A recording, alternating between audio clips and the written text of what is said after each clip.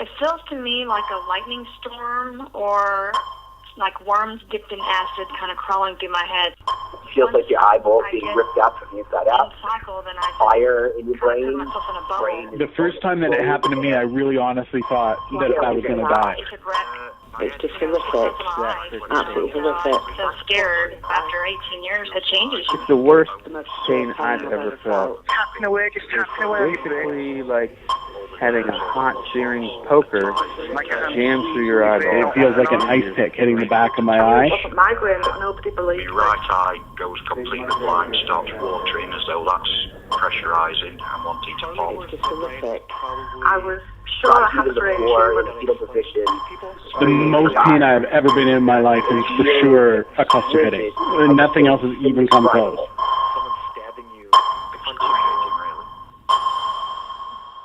I was 17 when I had my first cluster headache. The night was like any other. I had fallen asleep quickly, but at 3 a.m. my sweet dreams exploded into a hellish nightmare. I was jerked awake to a sensation of being repeatedly stabbed in my right temple with a switchblade.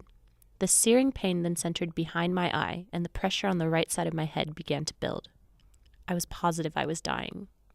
According to specialists, the pain of a cluster headache is remarkably greater and more severe than migraines. Like me, sufferers define the pain as an unrelenting stabbing sensation located behind the eye or in the temple. For most sufferers, cluster headaches occur periodically, with periods of 2 to 8 weeks of pain punctuated by remissions.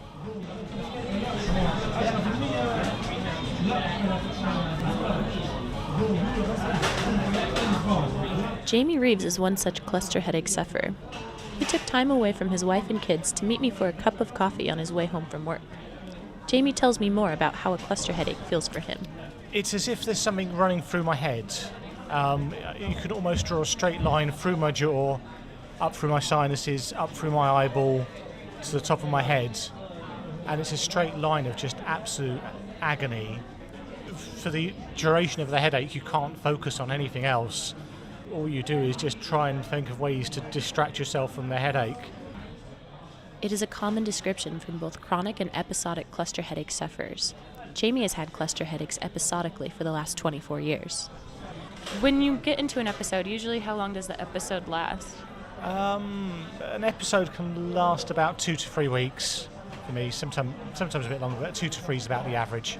When you're having an episode, how many cluster headaches would you say you have during a day? Around about 4 or 5 a day.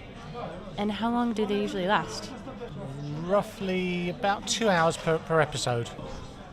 While Jamie can have upwards of 5 cluster headaches per day during his cycles, chronic cluster headache sufferers can have multiple attacks nearly every day of their life. Cluster headache is probably the worst headache that is known to mankind. Professor Anne McGregor is a specialist in headache and women's health at St. Bartholomew's Hospital. Unfortunately, we're not clear what the cause of cluster headache is. We know that it's linked to what we call circadian rhythm, the body clock, so that the part of the brain that we know that's affected from cluster headache is called the hypothalamus, which is the organ that is responsible for the control of day-to-day rhythms. This is a fact that rings true for Jamie. I tend to get them around a time of year when the clocks change. So it's as the seasons change, that's when my headaches tend to come on. Sufferers are commonly misdiagnosed with other medical issues, including seasonal allergies and migraines. In fact, it's only been in the last 7 years that Jamie has been properly diagnosed. The very first cluster headache I thought I had, I thought it was really bad toothache. It was an incredible pain down the left side of my face, but almost seemed to radiate from my jaw. And the natural assumption was it was toothache. And for years, that's what I thought I was getting. I just thought my dentists were missing it. It's important for sufferers to get this diagnosis, because once people are properly diagnosed, there are certain treatments that can be used to lessen the duration and severity of the headaches.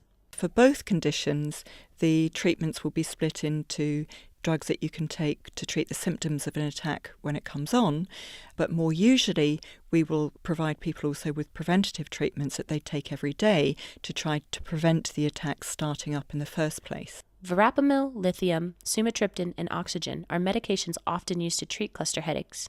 However, some sufferers swear by taking LSD and magic mushrooms to stop their attacks. Drugs like magic mushrooms, LSD, these all work on the chemical serotonin. Serotonin is involved in the change in size of blood vessels. These drugs, or drugs like methazergide, ergotamine, they're also used in other vascular headaches where the blood vessels change in size, so even headaches like migraine, they can have a benefit on. But they will essentially work to constrict dilated blood vessels, and in the preventive situation will keep the blood vessels at a similar size and stop them dilating and constricting. LSD and magic mushrooms are contentious treatments for cluster headaches. Sufferers attest to the drug's effectiveness, but both substances are illegal in most countries, forcing cluster headache sufferers to break the law to seek relief from their pain. Outside the controversy surrounding these drugs, Professor McGregor believes there needs to be more research done about cluster headaches. What would be wonderful with the future of cluster research is to be able to have a much better understanding of the mechanisms, because rather than treating the symptoms, we want to be able to approach the mechanisms. If there was something that we could be able to say to people, you can prevent getting cluster headaches in the first place by doing X, Y, and Z, I think we've got a long way to go in those aspects of research. While research is important for Jamie, he also wants to see more medical professionals aware of the existence of cluster headaches so people can get a proper diagnosis. I think the biggest thing is actually educating medical professionals about cluster headaches.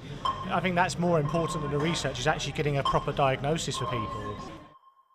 When I had my first cluster headache, I had no idea what was happening. It was the most terrifying and painful experience of my life, exacerbated by the fact that I felt completely alone in my suffering. While I have learned to cope with my cluster headaches, causes and cures remain elusive, which is little comfort for people like Jamie and me who continue to suffer.